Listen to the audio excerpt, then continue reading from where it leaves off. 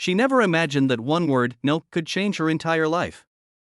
It wasn't a loud, dramatic no, it was soft, trembling, but firm enough to shatter what she thought was her future. And yet, as she sat on that park bench with tears running down her cheeks, a stranger, someone who would become everything she never knew she needed, walked up, tilted his head, and whispered the words that would rewrite her story forever. Maybe you were meant to meet me instead. It all began on a Friday evening that smelled like rain and disappointment. Sarah was 28, a woman who had spent the past 3 years building her life around one person, Ryan. To her, he wasn't just a boyfriend, he was her plan, her comfort zone, her imagined forever. And that evening, she thought she was walking into a proposal dinner.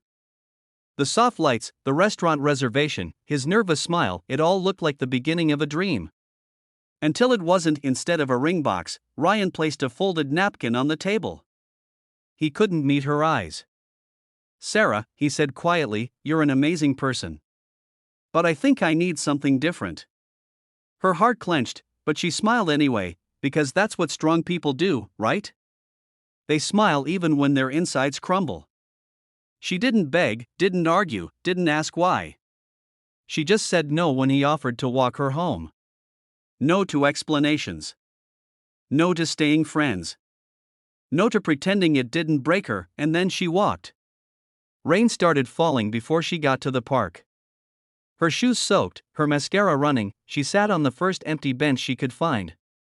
She didn't care that her phone buzzed, or that people were staring.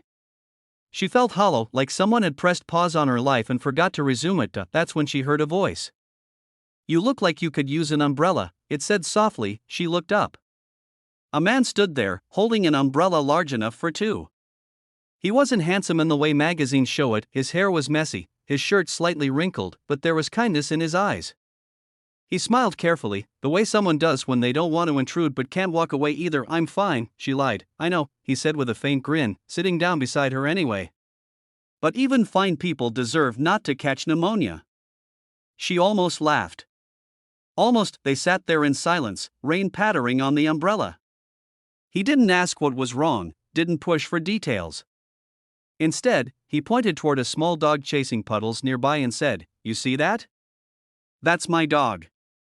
He thinks rain means freedom." It was the most unexpected thing, but something about it eased the tightness in her chest. "Doesn't he get cold?" she asked quietly. "Probably," he said, "but he doesn't care. He's too busy being happy that it's raining."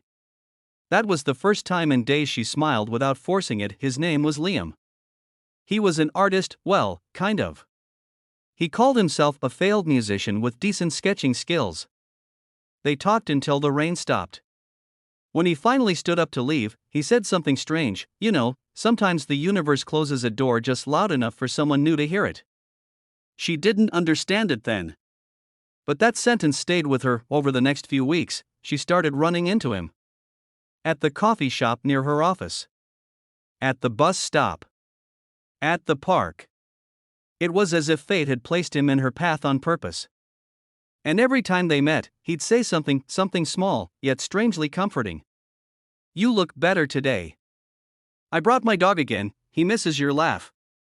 I think sadness looks temporary on you." He made her believe in small joys again. Not the big, perfect moments, but the little, quiet ones. But life doesn't hand out healing without a test.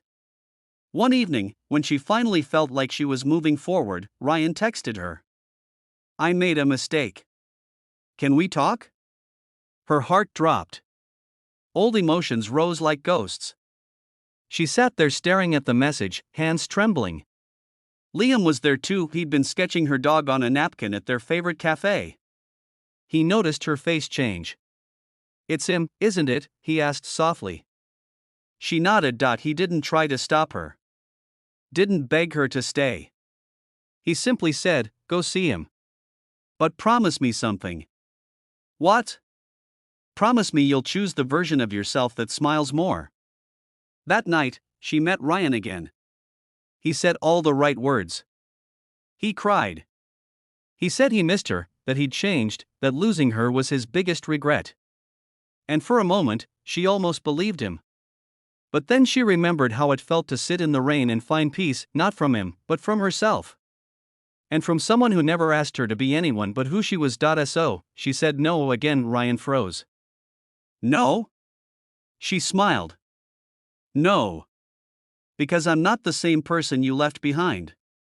And because someone once told me I should choose the version of me that smiles more. When she walked out of that cafe, she didn't cry this time. She felt light. Whole. Free. Liam was waiting by the park bench, the same one where they first met. He didn't say anything, just looked at her with that same quiet understanding. And when she finally told him, I said no, he smiled gently and whispered, maybe you were meant to meet me instead. And in that moment, she realized something she never understood before. Sometimes love isn't about the one who breaks your heart, but the one who helps you heal it.